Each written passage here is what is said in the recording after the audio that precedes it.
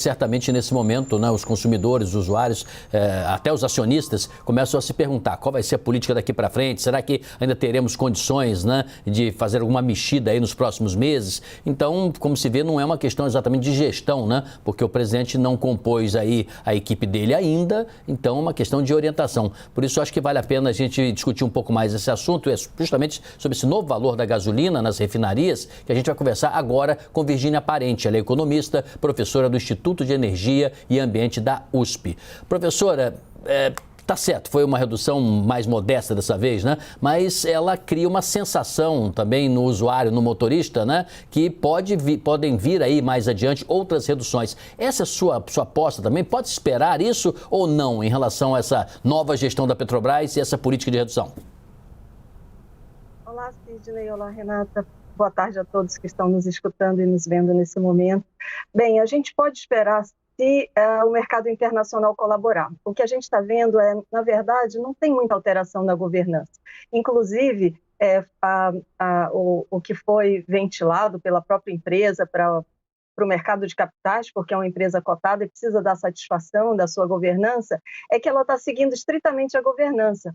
A questão é que lá fora está caindo muito o preço, por conta de novos acordos. Assim, a Rússia, os países produtores de petróleo, eles estão se desalinhando com a Rússia e estão dispostos a vender mais. Então, nós estamos vendo uma ampliação da oferta nesse momento. E, por conta disso, para tirar justamente proveito desse momento mundial, de certa forma, um reaquecimento pós-pandemia. Nós vimos lá atrás preços que chegaram a ser até negativos, e na média do ano, no primeiro ano de pandemia, em 2020, nós vimos preços em torno de $40 o barril. No ano seguinte, com algumas melhoras, em alguns momentos, o preço foi para 70, em média 71, 72 pelo ano. Agora nós vimos, depois da guerra da Rússia com a Ucrânia, o preço disparar. E isso foi traduzido nos preços de barris e de gasolina, de combustível e de derivados no mundo inteiro.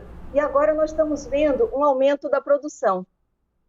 Sim, agora, Virgínia, Roberta falando contigo agora. Ontem a gente acompanhou a Petrobras anunciando, inclusive, uma nova diretriz para fiscalizar as mudanças de preço, né? A Petrobras fez esse anúncio também. A partir disso e dessa queda no valor que a gente acompanhou hoje, nessa quinta-feira, a gente deve esperar outras quedas para os próximos meses ou não necessariamente? Olha, Roberta, isso vai ser realmente uma função do mercado internacional, porque a Petrobras tem uma governança e tem investidores no mundo inteiro, no Brasil, fora. E a primeira linha desse compromisso vamos fazer todos os esforços para a geração de valor, ou seja, cobrar um preço que vale a pena para a empresa. E se é uma empresa que não tem muita competição, esse preço muitas vezes acaba ficando até um pouco mais alto do que deveria.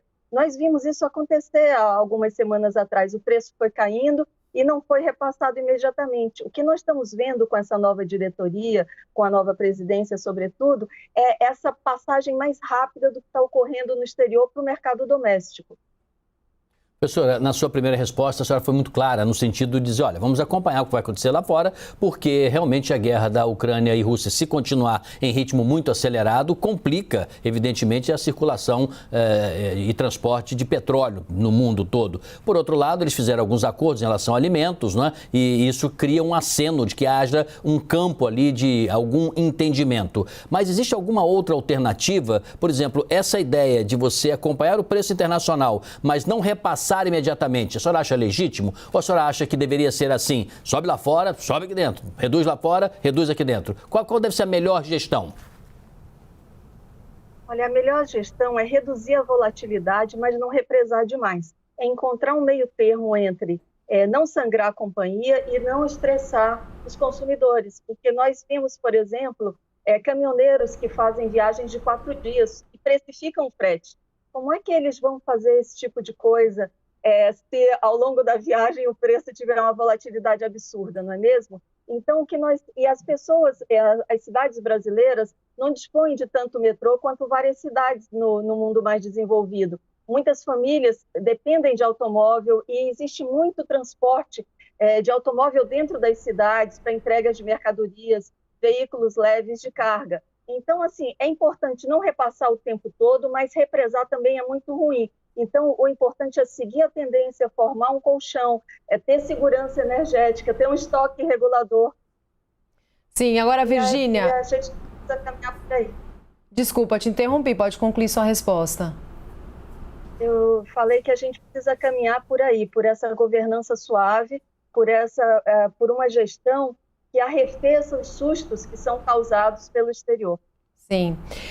E sobre o valor do diesel, Virgínia? Porque há bastante acompanhamento político do valor do diesel e também a gente sabe que uma expectativa em relação à redução do valor do diesel, né? E entra também uma questão de oferta, já que a gente sabe que há a guerra entre Rússia e Ucrânia, alguns países da Europa tentando diminuir ali a importação do gás russo, os Estados Unidos que a gente importa também de olho nessa movimentação. O que dá para a gente esperar em relação ao valor do diesel? Olha, como todos são derivados do petróleo, se o petróleo ceder, nós podemos esperar quedas importantes aqui. Por enquanto, nós não vimos nenhum aceno da Petrobras no sentido de reduzir o preço do diesel nas refinarias. Então, por enquanto, não tem nenhuma indicação de que isso daí vai acontecer. Além disso, é preciso lembrar que foi vendida há pouco tempo, né, a refinaria de Landulfo Alves, no Recôncavo Baiano, e isso daí reduziu um pouco a capacidade de refino da empresa. Então, nós estamos aí nesse novo equilíbrio de forças, do que a Petrobras vai fazer, como os importadores vão se comportar e, sobretudo, como os principais países produtores, que tipo de acordo que eles vão fazer? Vão deixar a Rússia de fora? A Rússia quer estressar o mundo, não quer estressar? Eles têm interesse em ampliar a produção, porque também faturamento sobe com maior quantidade vendida. E se o preço fica alto muito tempo, vários outros países começam a toque de caixa, tirar da gaveta as possibilidades e os estudos para fontes alternativas e cravar isso e fazer com que elas sejam viáveis e fazer contratos de longo prazo. Então, nós estamos vendo esse movimento dos países em relação à reação, sobretudo da Europa, que foi muito coordenada em procurar reduzir drasticamente a dependência dos combustíveis fósseis, sobretudo a dependência em relação à Rússia, que está ali mais próximo nos próximos anos.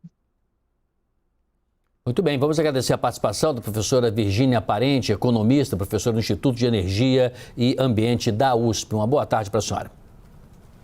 Grande prazer.